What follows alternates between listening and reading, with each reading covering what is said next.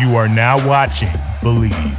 Do you believe? Welcome to Believe in Mavs right here on the Believe Network. My name is Kevin Gray, Mavericks Insider, alongside my co-host Alex Tassopoulos, as we are getting you ready for not only game number 4, but also, unfortunately, lamenting the latest loss for the Dallas Mavericks as they fall down 3-0 to the Golden State Warriors after falling 109-100 in game number 3. Game number 4 on Tuesday as the Mavericks look to stave off elimination for the rest of this postseason. Alex, what's going on, man? How are we feeling after a disappointing game 3 at the American Airlines Center on Sunday night?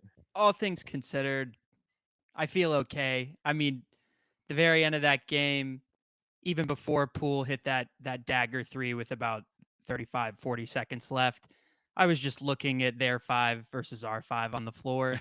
And, as a fan of the team, you'll talk yourself into anything.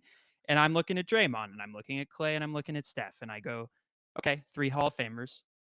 That makes sense. And then Andrew Wiggins, all-star starter, and Jordan Poole, who I believe should have been most improved player this year. We haven't talked about this, but I have a notion in regards to most improved player where I think that a guy like Ja, who's a top 3 pick, shouldn't even be in contention for most improved player because of where he was drafted. But Sure.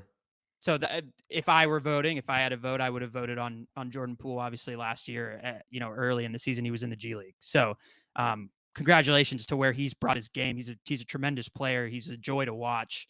So I looked at their 5 and I looked at our 5, and I was like, okay, I'm okay with this because this is what's supposed to be happening. Sure. Yeah. What did you think? What did you think? Just kind of big picture stuff as you were watching that game.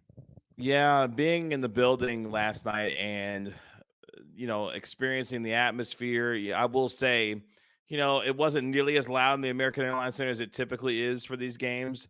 But I think a lot of that had to do with the fact that the Warriors jumped out to a 19-7 run, really kind of took the crowd out of it at the beginning. But the Mavericks were able to fight back throughout the course of the first half.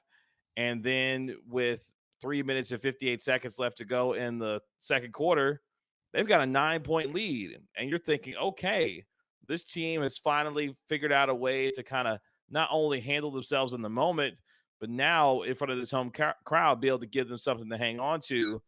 But then over the final 3 minutes and 58 seconds, and then the first few minutes of the third quarter, which encompass, I believe, 6 minutes and 14 seconds, the Warriors close the second quarter on a 15-5 run. Then they complete the run, finishing it off being 22-7 by the time you get to the 9:44 mark, of the third quarter, and the Mavericks are down by 6. Like in just a blink of an eye, in 6 minutes, the Warriors put on you 22 points, holding you to 7, and the Warriors never really looked back from there. So it was a difficult night just because you wanted to see this Mavericks team give this crowd something to stick to and hang on to, but unfortunately they weren't able to. And once again, the third quarters of this series, where the Mavericks are now -31 in the third quarters in the first 3 games of this series, did them in once again in game 3. So Negative I think that's Jason Terry. yeah, exactly. I think that's been the most compelling part of this series to this point, is for the third game in a row, the Golden State Warriors in the third quarter were able to handle their business, and the Mavericks not able to really do anything in the third quarter of this game, in game 3 once again. Yeah, I mean, the rebounding, obviously that's the huge glaring issue. At certain points in the game, they had double the amount of rebound. The Warriors had double the amount of rebounds as the Mavs. Steph Curry, I saw some statistic. You probably know the actual validity of this, but Steph Curry has out rebounded, I think, 3 Mavs players across the series. I think it's like Reggie. It's 3 of our starters, which is obviously not great. He's not necessarily the tallest gentleman on the court out there. No, not at all. but that 15-5 run started with a 10-0 run where they took the lead. We were up 9, and then they ended up taking the lead by 1. It's just a team. This is a quote unquote make or miss league. The Mavericks are the epitome of a make or miss team. But when I look at and part of it is you have to play the cards that you're dealt, right? The roster is what the roster is. Yeah. But in comparison to the Warriors, even if you just look at the regular season, the Mavericks shooters are not as high percentage as the Warriors shooters are, Sure. just across the board. Poole was a 39% three-point shooter this year. Andrew Wiggins, I believe, had a career high three-point percentage of 39.5 or something like that. Steph was at 38. Clay, I know he didn't play the entire season, but he was upper 38s. You look at the Mavericks, Kleba, he got hot towards the end there, but the beginning part of the season was abysmal for him. Or it was reversed actually, but he was, I think, like 33%. Doe had a good shooting year. He was 39%. Reggie Bullock was 36%. Luka, of course, was around 34, 35%. So all that to say, we're not as good of a shooting team as them to begin with. And now, we're putting ourselves in a position where we're trying to outshoot them. And granted, we missed a lot of open shots. And I know the legs weren't there because Doe and Reggie, of course, he went over 10, but he played such a tremendous series against the Phoenix Suns. He's asked to do so much on the defensive side of the ball. Mm-hmm. It's understandable that he would have a night like this where his legs just really weren't there and the shots weren't falling. But to me, this isn't a series that we can win. And I know, I don't want us to hang our heads. It doesn't look like we've quit in the pressers. It looks like we're going to compete as I expect this team to do. I mean, the one thing about Luka Doncic, he scored 20 plus points in the fourth quarter. The guy does not quit. I know he's 23. I know he's got a lot to learn, but that's one thing that you've got to be excited about. If you're an NBA fan, if you're a Mavericks fan, watching this guy as he continues to grow up, because to his core, he is an elite competitor and he loves playing basketball and he loves attempting to win games. And that's something that whether you like you dislike his flopping or his antics or the heliocentric style of basketball that the Mavericks play with him, as the core centerpiece, you have to appreciate that part of his game. Yeah, and you made a great point. This team is not going to quit. And obviously, when you get to this point of a series, you're down 3-0. This is about surviving any way that you can to extend your series and extend your season if you're the Mavericks. And at this point, you mentioned it, the Mavericks are who they are. They're going to shoot a bunch of threes. They're going to live and die by the three-pointer. They've done everything that they can to this point, given the roster that they have, to try and trim the fat and trying to figure out a way to keep up with these guys. And it just simply hasn't happened through the first 3 games of the series. I mean, last night they go 13 of 45 from three, just 29%. Overall, just shoot 40% from the field. And the amounts of shots that these guys are taking, you mentioned Reggie Bullock and Dorian Finney-Smith. We're talking about the number 1 and 2 guys this postseason in minutes played. These guys are exhausted. And it's not to say that that's an excuse. That's a valid reason why these guys, especially Reggie Bullock, who went 0 of 10 from the field in game number 3, it is what it is at this point. You go 0 of 7. Yeah. Is it inexcusable to go 0 of 10 from the field and miss all 7 of your 3-pointers? Yeah. You don't want to see a professional go out there and miss all 10 of his shots in a game 3 where you've got to have it. But at the same time, he's asked to guard the team's best player every night. He was taking on the matchup with Stephen Curry at times in game 3. And these dudes are tired. And when you look at the rotation that they're playing, they're only playing, when you look at the starting lineup with Dorian Finney-Smith, Bullock, Powell, and Doncic and Brunson. Those are your starting 5. And then your rotation included Dinwiddie, Cleveland, Bertans, and Frank Ntilikina. Ntilikina played 4 minutes, and then your next most important bench player, Bertans, played 12 minutes and 38 seconds. So you're talking about basically 7 guys that you're running out there as part of your rotation. The Warriors are too deep for that. So when you got guys like, Otto Porter and other guys like Damian Lee, all these guys are coming off the bench, it just simply overwhelms you. And I think some of the conversation coming out of game 3, talking about the talent disparity between the two teams. I mean, that was evident coming into this series that the Warriors were the more talented team. You were hoping that the Mavericks would be able to, based on some of the bench play that we've seen from them throughout the course of this postseason, they at times would be able to match wits with them. That just simply hasn't been the case. And then finally, you mentioned it, they've been crushed on the boards in this series. And It's not like this isn't something new that we found out about the Mavericks coming in, but it's really been pronounced because, as Jason Kidd told us today, we're small. This is a small team, and this team has been getting dominated on the boards throughout the course of this postseason and really, and obviously in this series. So there's a lot of different things that have contributed to this. Golden State's half-court offense has been fantastic. Their ability to, collect the rebounds. I mean, 14 offensive rebounds is nuts.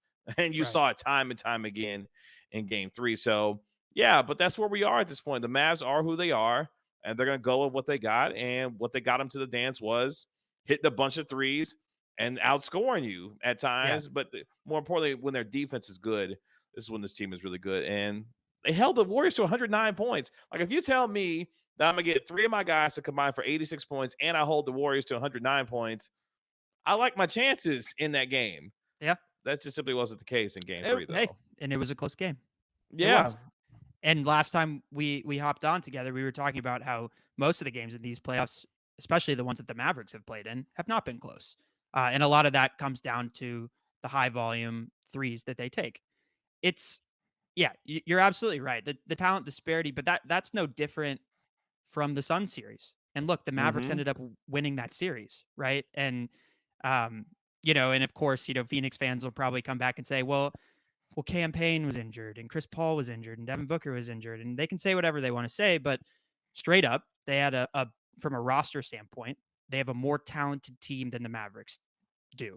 And the Mavericks ended up winning that series. So going into this series, there was that hope, right? That that Kidd and the shooting could come to fruition. The defense could hold up enough against the Warriors. But I think it's just, this is a team that's been there, and their execution, the offensive rebounds, kicking it back out to Steph, to Andrew Wiggins, timely 3-point shots that are made on second opportunities. That's the difference with this team. They capitalize on all of the windows that are presented to them. And they're also just holistically a better defensive team, at least in the playoffs, than the Suns were.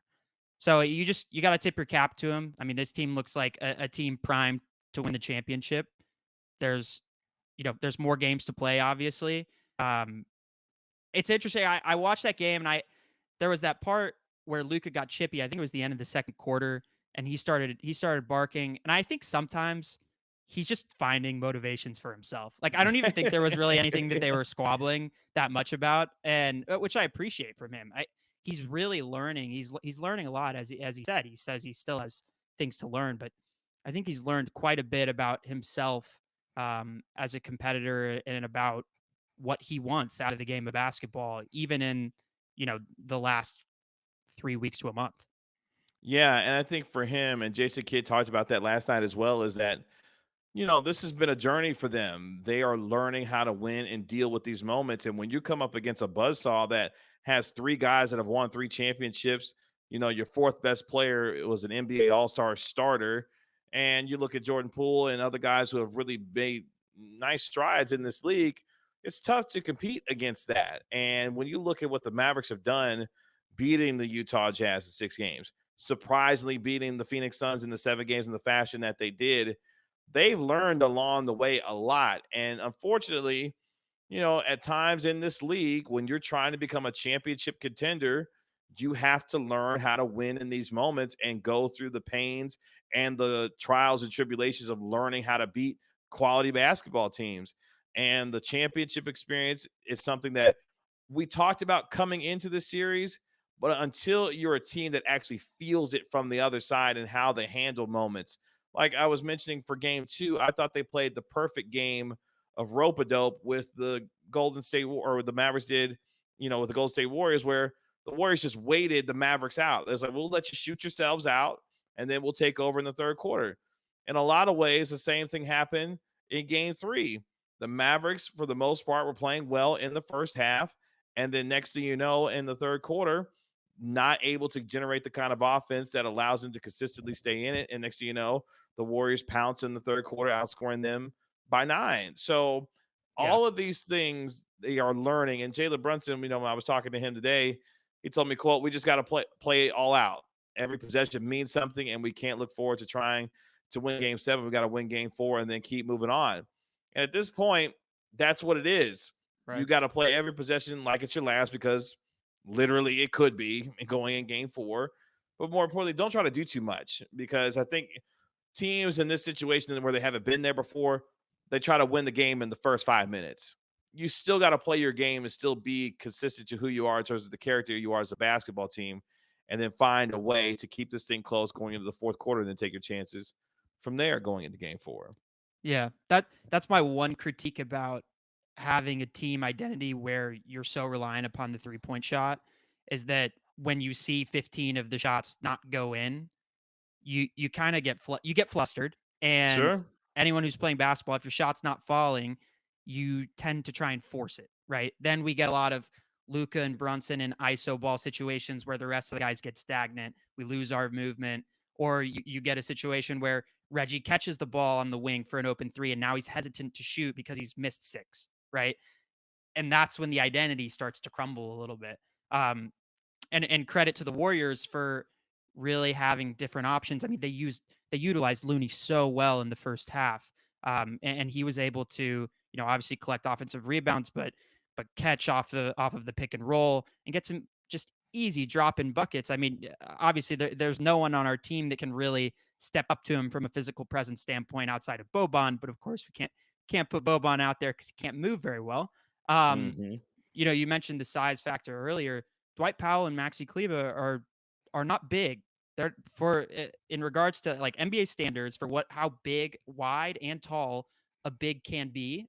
A guy like Kevon Looney is a big man, and he's kind of the quintessential center. He reminds me a lot of the early center iterations that the Mavericks had in the 2000s with Haywood and Dampier and Desagne Diop. He's similar to those guys, although I think he fits schematically in an offense a little bit better than some of those guys did. But no disrespect to B-Wood, because I think he's one of the best shot blockers that the Mavericks ever had. But I just think that what Kerr managed to whip up, of course, on the defensive side, throwing a lot of different looks at the Mavericks, but really letting everyone eat offensively, Mm-hmm. allows Steph and Clay in the third and fourth quarter to come alive, and they have gas left in the tank, and that's just it's a huge part of it. Yeah. Yeah, No, I think the biggest thing is the amount of ball movement that this team does. They're constantly on the move. The ball has energy. The guys are willing to make extra passes for the Warriors. And I think when you're dealing with that kind of defense where Steve Kerr, Mike Brown, the assistant, for this team, Kenny Atkinson and those guys, they're willing to throw out different coverages at you possession by possession. They're not going to necessarily stick to the same thing 2, 3, 4 consecutive possessions. They're willing to take their chances. And I think what's really wild about the Warriors is that when you look at their abilities to defend, most times you want to be able to get the big man out there onto, in the screens and put him in action.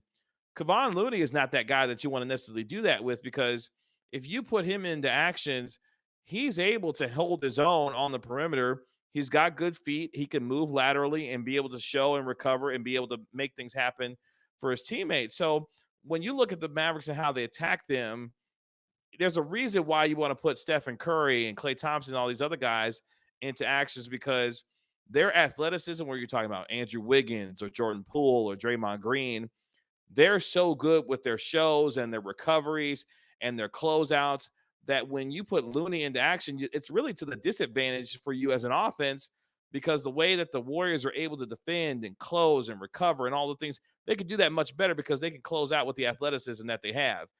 I would rather this team throughout the course of this series continue to attack the primary defenders. And you saw that in game 3 when they continued to go at Wiggins or when they continued to go at Klay Thompson or Stephen Curry.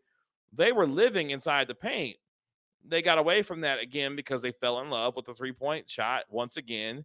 And of course, it just hasn't been there for them this series. So there's a lot of different things that Golden State does to really stretch you and to do so in extreme ways because of how athletic they are, how quick they are, and more importantly, their communications and rotations on defense are sharp. So you've got to be able to move the basketball, but more importantly, attack them to try and get Kevon Looney into foul trouble. And so far in this series, now Looney didn't necessarily have a great game, was quiet, only 3 or 4, had 9 points, but he did have 12 rebounds. Like that's the kinds of things that we're talking about where he can have an effect on the game. And he did so again.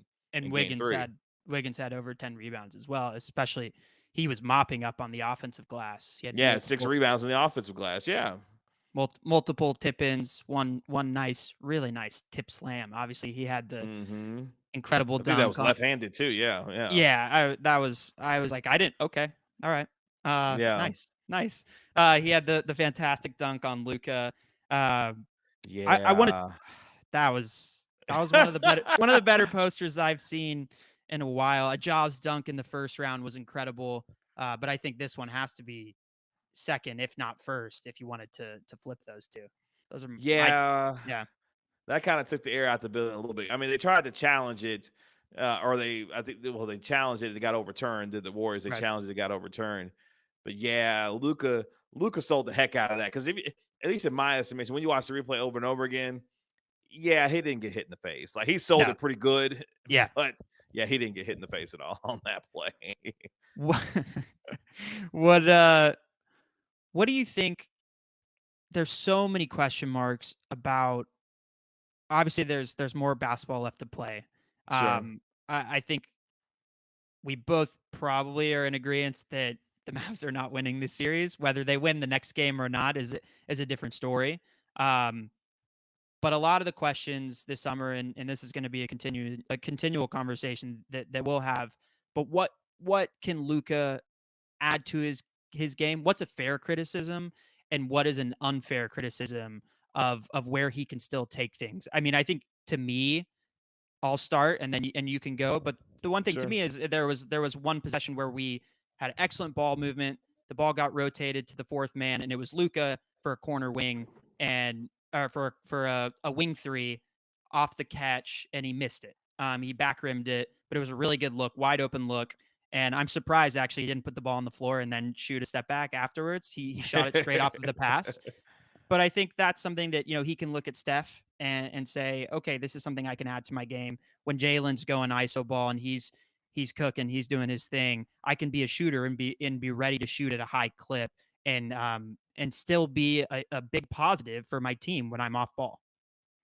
Yeah, I think part of that is shot selection as well because there's too many times where Luka, I think, bails out defenders by allowing himself to take step back threes or just 3 pointers in general when he can continue to attack the rim. And I think for me, I think two things. One, he's become a better free throw shooter, but I want to see him get into that 80 percentile. If he gets into that 80 to 82 percentile as a free throw shooter, there isn't much more that teams could do with him because now he's going to be able to punish teams at the free throw line. But for me, it's catch and shoot threes. He's notoriously known for not being able to hit catch and shoot 3 pointers. And we know he likes to take a lot of his threes in rhythm, but he's got to be able to be better, especially in the corners where he can really devastate teams. If he becomes a decent catch and shoot guy, now you've really got no way of dealing with him because now you have to respect his ability to shoot the ball from the 3 point line as a catch and shoot guy. And once you start doing that, now he can start going by you and getting you to the rim because now you got to come out and defend him because he's a Right. credible 3 point shooter on catch and shoot stuff. So those are to me my biggest things for him is become a better catch and shoot guy, and then two, really get yourself to the point where you're in the low 80s as a free throw shooter because now you can punish these. I mean, think about what he did in game 3. He went 14 of 17 from the free throw line, shot 82% from the free throw line, and he wound up with 40. Like Right. those are the kinds of things that you can see from him if he's able to become that kind of devastating free throw shooter that can really punish teams when they decide to foul him. Yeah, I think Giannis last year in the finals is a great example of that, right? He was a guy whose free throw shooting had been criticized essentially his entire career, Hmm. and he gets in a position where he really gets to showcase the work that he's put in. I think he went 16 for 16 or 17 for 17 in that one game against Phoenix. He went for 40 plus. And when you're a guy, obviously Giannis and Luka, um, they're different physical athletes, but they both are physical presences in a similar way where they can basically beat every single guy that's in front of them in Hmm. one way or another, whether it's off the dribble, Luka's utilization of his incredible footwork, the pivoting skills. Yeah, and you can get to the line almost at will. And you're absolutely right. If he has that catch and shoot three, the defender has to get the extra inches up on him and that provides more of a window for him to beat them with either a triple threat, a jab, the pound dribble, the crossover, whatever he wants. It just opens up his already almost enormous bag that he has at his Yeah. availability. I love just the dialogue about Luka and legacy, and he's such a young guy, and there's so much more of his career to play, and hopefully we get to watch that as a Dallas Maverick for the rest of his career, or at least I hope that. I don't know Sure. if you Yeah. feel that same way, Kevin, Yeah. but I but mean, I yeah, definitely. but I wanted to do a little fun segment where, because LeBron's going to get a biopic, Luka, let's say eventually he gets a biopic, who's playing Luka in this version of him right now? So I want to throw out, have you ever seen the show Young Sheldon? Yeah. So that actor is about 12 years old. His name's Ian Armitage. By my calculation, if Luka plays, 12 more seasons, say, and he retires at 35, then young Ian will be he'll be 24. So I think we'll be able to age him up to play Luka Yeah. when he's 35 and a wily veteran in the league, and then he'll also be able to play, of course, the Luka that we're currently seeing now, the younger iteration, and maybe some of the Real Madrid days, and even prior to that. So that's my pick. The current actor who plays young Sheldon is Nice. the biopic casting for Luka Doncic. I don't know if I'll be able to do much better than that, because I'm trying to think like who. I mean, I thought way too long about that. I about to say you clearly put a lot of thought into this. Well, who? Man, that's a great question. I'd have to think about that, because off the top of my head, I'm trying to think. Who's got that kind of that big build, but yet boyish looks that could possibly. Oh boy, I'll have to think about that. I don't know. I can't even think of anybody like good off. First of all, because here's the thing. Like, you got to be at least credible at playing the game of basketball. Too many of these movies that got these actors playing athletes, they actually can't do it in real life. Like, you got to be actually pretty decent, playing the sport. I don't know. I'll have to think about that. I like that question though, because yeah, he's 23. He's got those boyish good looks, got that, wry smile, but he likes to talk a bunch of trash too. That's Right. the thing about him. I'll have to think about that. But I like your pick though. I like your pick, because I don't know if I come up with anybody better than that for sure. I'll keep thinking about it. I'll throw out some other options eventually, but yeah, these are the things that bounce around in my mind on a day-to-day basis. Hey, yeah. Look, Mavericks basketball always on the brain, and obviously going into game number 4. Yep. The question is, can they stave off elimination? And I think the best thing that they can try and do is be able to play with that kind of sense of desperation that will allow them the best opportunity to be able to do that. And if they can, they're going to be a team that can handle that and potentially be able to do what they got to do. So, we'll see. But obviously, it's going to be tough. The Warriors are looking to close this thing out. They've been there, done that. They're looking to close them out, and we'll see if they can. But otherwise, I'm looking for a desperate team in game 4. I'm looking for a team that's going to continuously attack the basket. And maybe this is the game that finally 3-point shots start to fall, because they can't possibly continue to be this bad. Can they, from the 3-point line? Like, I can't imagine this team. Again, they went 13 of 45, 29%. Like, they can't be this bad for 4 games in a series. Just go get one. That's all I want. That's all you need. Just go get one. Yeah. Just don't get swept. There's too much bad auras out there with the Warriors and the Mavs and sweeps. I just don't. Oh, good point. Yeah. Just don't get swept. Just don't get swept.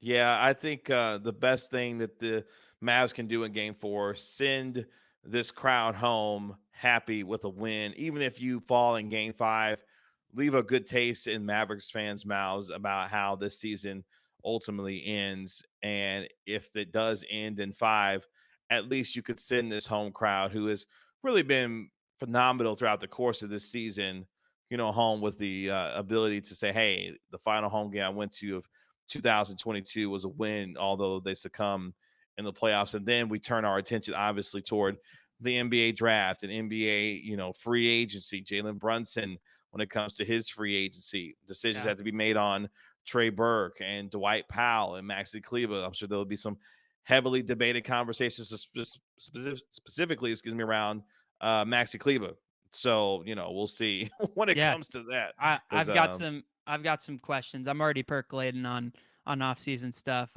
It's not the time right now, but I've already got some questions for you, Kevin. I'm excited to get into them. One last thing, wanted to before we go, wanted to shout out Marquise Daniels.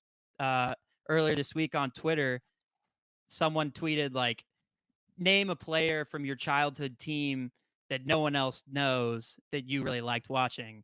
And I was like, Marquise Daniels on the Mavs. We could use that shot creation off the bench right now on a second unit scorer. I mean, we're getting some of it from Dinwiddie. I thought we didn't talk about him, but he played with great fire in game 3.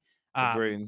I was happy to see him go to the cup so much, and also he was shooting with a lot of confidence, and they were falling. But Marquise Daniels, man, he had a silky mid range game, and he retweeted it, and I was like, okay, I Nice. see you, Marquise. We'll have to get him on the show and talk I'm about about to say, some of the Mavericks heyday, him playing with Dirk and all those other guys. that's really cool. Well, it's always good to the Mavericks of yesteryear and of old have really taken to this team. Obviously, this year Dirk has been all over the place watching this team as they've traveled throughout the playoffs. And regardless of how this ends, I think Mavericks fans got a lot to be proud of this team. But hopefully for this team, they won't rest on their laurels based on what they did this year. Here I'm sounding like Jason Kidd and everybody else talking about, yeah, it's been a great journey this year. Look, there's more games to play. Hopefully, at least a few more by the time we get to the end of the season. But hey, game 4 will be on Tuesday at 8 p.m. exclusively on TNT, and then we'll see if the Mavericks can handle their business, stave off elimination, and get this thing back to San Francisco. And then, hey, you never know what could happen from there, but they got to get one that starts on Tuesday. You can find me on Twitter at Kevin Gray Sports. Alex, where can they find you at on Twitter? At Tass.0, TASS.OH. There you go. Make sure you flood him with followers all over Twitter. You can again find us all over the Believe Network right here. Flood me with some Luka casting ideas. That's what exactly. I want to see. That's what I want to see. There you go. Yeah. There you go. For my co-host, Alex Tassopoulos, my name is Kevin Gray, Mavericks Insider right here on the Believe Network. This has been another episode of Believe in Mavs. We'll be back to recap Game 4 and hopefully a win for the Dallas Mavericks to extend their season. Until then, we'll talk to you later. Have a great day. See you next time.